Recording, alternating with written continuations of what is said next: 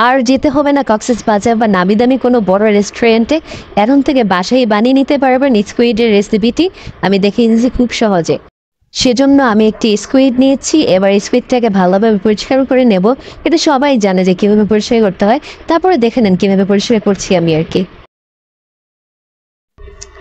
এবার এগুলোকে ভালোভাবে ধুয়ে পানি শুকিয়ে নেব একটা কিচেন টাওয়ালের সাহায্যে, টিস্যুর সাহায্যে, যার যেভাবে সম্ভব সেভাবে করলেই হবে।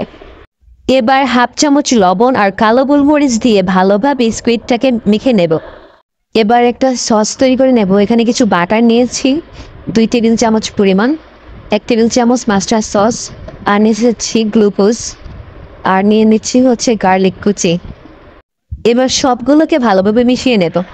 কর্নফ্লাওয়ার দিয়ে এবার স্কুইডগুলোকে ভালোভাবে কোট করে নেব। এবার 2টি ডিমকে ভালোভাবে ফেটিয়ে নেব আর কিছু ব্রেড ক্রাম্বস নেব। স্কুইডগুলো ডিমের মধ্যে চুবিয়ে ব্রেড ক্রাম্বসের মধ্যে ভালোভাবে কোট করে নেব। এবার ডুবো তেলের মাঝে এগুলোকে ভালোভাবে লালচে করে ভেজে নিলে হয়ে যাবে আমার এই মজাদার স্কুইডের দুর্দান্ত রেসিপিটি।